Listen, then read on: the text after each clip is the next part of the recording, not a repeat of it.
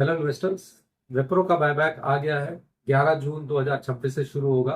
आपने पिछले वीडियो में बताया था कि विप्रो का बायबैक किस तरह से होगा, लेकिन आज चूंकि अपडेट आ गई है तो आपको ध्यान रखना है बायबैक कराने में क्या क्या ध्यान रखना है। सुनने में अच्छा लगता है बट यहाँ पे आपको समझना है क्या आपको वाकई बायबैक कराना है कि नहीं।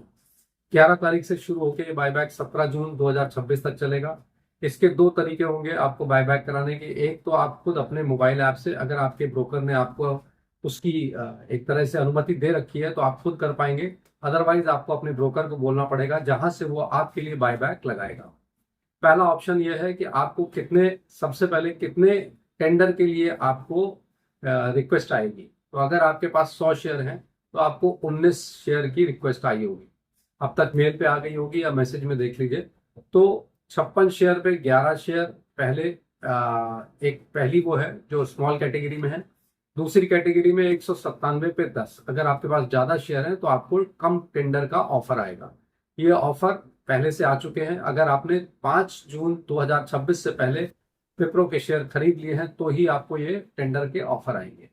इस तरह से पहला हो गया 56 पे 11 या 100 पे 19 शेयर। दूसरा है 197 पे 10 अगर आप बड़ी कैटेगरी के शेयर होल्डर हैं। तो इस तरह से ये टेंडर करने हैं जिसमें आप ऑफर कर सकते हैं। पहले तो जितने ऑफर आपको आए हैं उतने पूरे टेंडर कर सकते हैं। आप चाहें तो पूरे भी टेंडर कर सकते हैं। अगर आपके पास 100 शेयर हैं और आपको 19 का ऑफर आया है, आप अपने पूरे शेयर कंपनी को बायबैक में ऑफर कर सकते हैं। इसमें होगा क्या, 19 शेयर तो आपके वो उठा लेगी जिसके आप एक तरह से एलिजिबल हैं जिसके लिए। लेकिन बाद बाद जो आपने ज्यादा ऑफर कर दी है उसमें अगर उसके पास अगर पोजीशन होगी और कम बायबैक आया उनके पास टोटल, तो आपके उन शेयरों में से भी कुछ शेयर वो बायबैक के लिए उठा सकती है। तो ये बात का विषय है। लेकिन अभी ये विषय है कि 11 तारीख से लेके 17 तारीख तक आपको ये करना है और इसका रिजल्ट आपको 24 जून 2026 से पहले मिल जाएगा। मींस पैसे आपको 24 जून 2026 से पहले आ जाएंगे आपके खाते में, जो बायबैक के तौर पे हुए, जो 250 रुपए पर शेयर होगा। और साथ ही साथ उसी के 1-2 दिन बाद जो आपके शेयर्स होंगे, अगर एक्स्ट्रा आपने भेज दिए थे तो वो भी आपके डीमैट अकाउंट में क्रेडिट हो जाएंगे। तो आपको ध्यान रखना है कि अपने ब्रोकर से बात करके डीमैट में बायबैक के लिए टेंडर करना है। जितने शेयर आपको ऑफर है, अगर आप चाहते हैं सिर्फ ऑफर वाले तो आप ऑफर वाले कर सकते हैं, नहीं तो आप ज्यादा भी कर सकते हैं। बिकॉज रेट ज्यादा है तो आप इसको सारे शेयर भी अपने ऑफर कर सकते हैं। अब बात आती है जो ज्यादा इंपॉर्टेंट है, वो है टैक्स ट्रीटमेंट की। टैक्स ट्रीटमेंट जो है वो पहले जो था वो पुरानी, उसमें अगर आप देखें 2 साल पहले तो बायबैक में एक तरह से आपको जो प्रॉफिट होता था या long term short term capital gain होता था उस तरह से आप उस टैक्स ट्रीटमेंट को लेते थे। लेकिन यहाँ चूंकि अब खेल बदल गया है और डिविडेंड को सॉरी आपके बायबैक को अब पूरी डिविडेंड इनकम माना जाता है और डिविडेंड इनकम को आपकी इनकम में जोड़ दिया जाता है। तो यहाँ भी यही होगा कि बायबैक का जो टोटल अमाउंट है वो आपकी इनकम में जोड़ा जाएगा।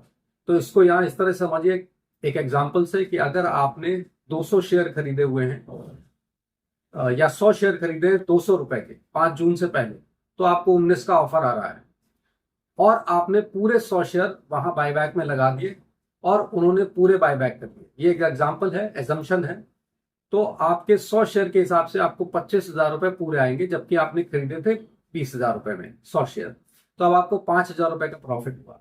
और आपने 5 जून को खरीदे थे या 4 जून को खरीदे थे या 12 महीने के अंदर खरीदे थे, तो आपका शॉर्ट टर्म कैपिटल गेन लगेगा उसमें 12 महीने के अंदर में। तो उस हिसाब से 5,000 पे 20% मतलब सीधे सीधे 1,000 रुपए आपको टैक्स के देने होंगे जो शॉर्ट टर्म। अगर आपने 12 महीने से पहले खरीदा होता तो उसमें 12.5% टैक्स आता। लेकिन ये पुरानी बात हो गई। अब नया जो है उसमें आपकी ये जो 25,000 रुपए हैं ये पूरे पूरे इनकम में जोड़े जाएंगे और जिस टैक्स स्लैब में हैं आप उस टैक्स स्लैब के हिसाब से Wipro रेट has just लगेगा। announced its Because ये biggest income from buyback other ever, sources a में आप massive जाके अपनी income में 15,000 crore जोड़ेंगे rupees और program. वहां They are से ये buying टैक्स back लगेगा। 60 crore तो अगर आप shares 5% at टैक्स स्लैब में हैं 250 rupees per और share. लॉन्ग टर्म आपका है तो आप 25,000 रुपए को जो टोटल कर रहे हैं उसमें 5% टैक्स लगाएंगे और 1,250 रुपए टैक्स होगा। लेकिन अगर आप 10% टैक्स स्लैब में हैं तो 25,000 पे 2,500 आपका टैक्स होगा।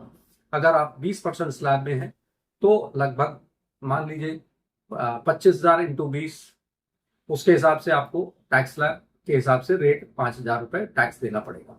तो ये सारी चीजों को देखते हुए जो छोटी कैटेगरी के शेयर होल्डर हैं, जिनके पास खास करके टैक्स रेट अभी भी कम है, 5, 10, 15, तो उनके लिए तो ठीक है कि आप इस बायबैक का ऑफर एक्सेप्ट करें।